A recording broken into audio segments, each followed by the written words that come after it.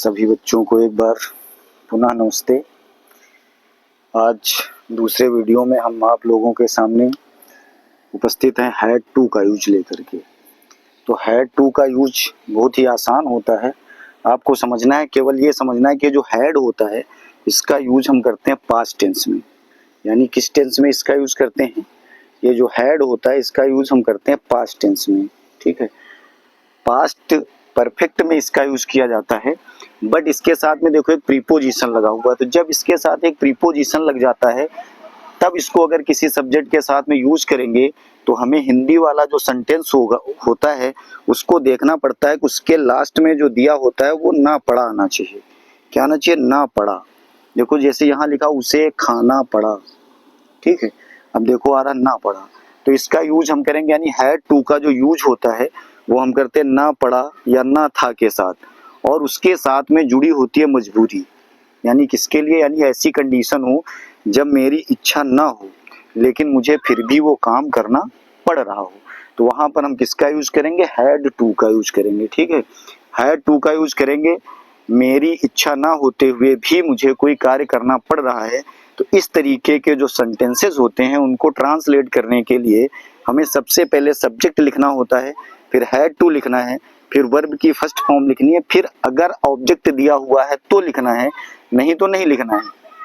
ठीक है, बेसिक सा स्ट्रक्चर होता है कि सबसे पहले आपको सब्जेक्ट राइट करना है, फिर हैड टू लिखना है, फिर उसके बाद वर्ब की फर्स्ट फॉर्म लिखनी है, फिर ऑब्जेक्ट लिखना है। ठीक है, लेकिन ये बात ध्यान रखनी कि हैड टू का यूज आप तभी करोगे जब हिंदी वाला जो सेंटेंस होगा उसके लास्ट में ना पड़ा दिया हुआ होगा, तभी आप करेंगे। अगर ना पड़ा नहीं दिया हुआ है तो फिर आपको हैड टू का यूज नहीं करना है। कब करना है? जब सेंटेंस में लिखा हुआ होगा ना पड़ा। तो सबसे पहले आपको क्या लिखना है? सब्जेक्ट। अब इसमें सब्जेक्ट कौन सा? मुझे। किसे जाना पड़ा? मुझे। तो मेरी इच्छा नहीं है लेकिन मजबूरी में मुझे क्या करना पड़ रहा है? जाना पड़ रहा है। तो जब मुझे जाना पड़ रहा है तो सबसे पहले मैं लिखूंगा आई, क्योंकि मुझे का अगर सब्जेक्ट के रूप में यूज करोगे तो आई होगा। तो सबसे पहले आई लिखेंगे, फिर लिखेंगे हैड टू।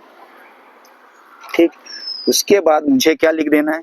उसके बाद मुझे लिख देना है वर्ब। वर्ब की फर्स्ट फॉर्म लिख देनी गो। अब देखो इसमें ऑब्जेक्ट नहीं है तो ऑब्जेक्ट नहीं लिखेंगे। वैसे यहाँ भी करेंगे। यहाँ क्या करेंगे? सबसे पहले हमें लिखना है सब्जेक्ट। तो सब्जेक्ट क्या? उसे। तो इसके लिए आप ही भी लिख सकते हो, सी भी लिख सकते हो।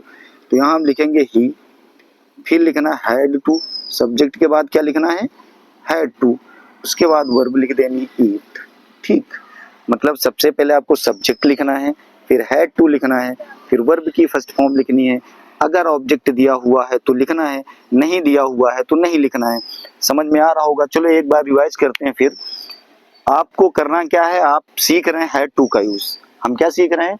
हैड टू का यूज सीख रहे हैं। तो हैड टू में क्या करना है? हिंदी वाला जो सेंटेंस दिया हुआ अगर हम ट्रांसलेट कर रहे हैं तो हम जब ट्रांसलेट कर रहे होंगे तो हमें देखना होता है कि जो सेंटेंस दिया उसके लास्ट में ना पड़ा आना चाहिए। उसके लास्ट में क्या आना चाहिए? ना पड़ा। तो मैंने यहाँ देखा कि इसके लास्ट में ना पड़ा है।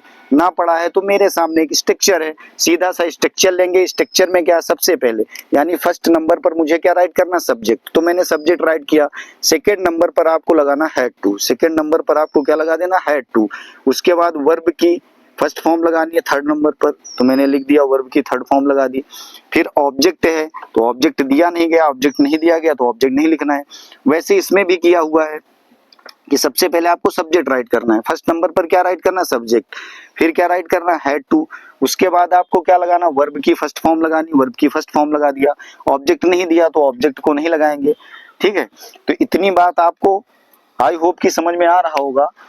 तो और इसी तरीके से अच्छे अच्छे वीडियो देखने के लिए, अच्छे से इंग्लिश सीखने के लिए चैनल को आप लोग सभी सब्सक्राइब कीजिए और जो है बेल आइकन दबाइए, लाइक कीजिए, कमेंट कीजिए, ताकि मुझे भी पता चले कि मैं जो पढ़ा रहा हूँ आप लोगों को समझ में आ रहा है कि नहीं आ रहा है, ताकि मैं और अच्छे अच्छे वीडियो आप सभी तक पहुँचा सकूँ और आप सभी आसानी से जो है अंग्रेजी सीख सकें।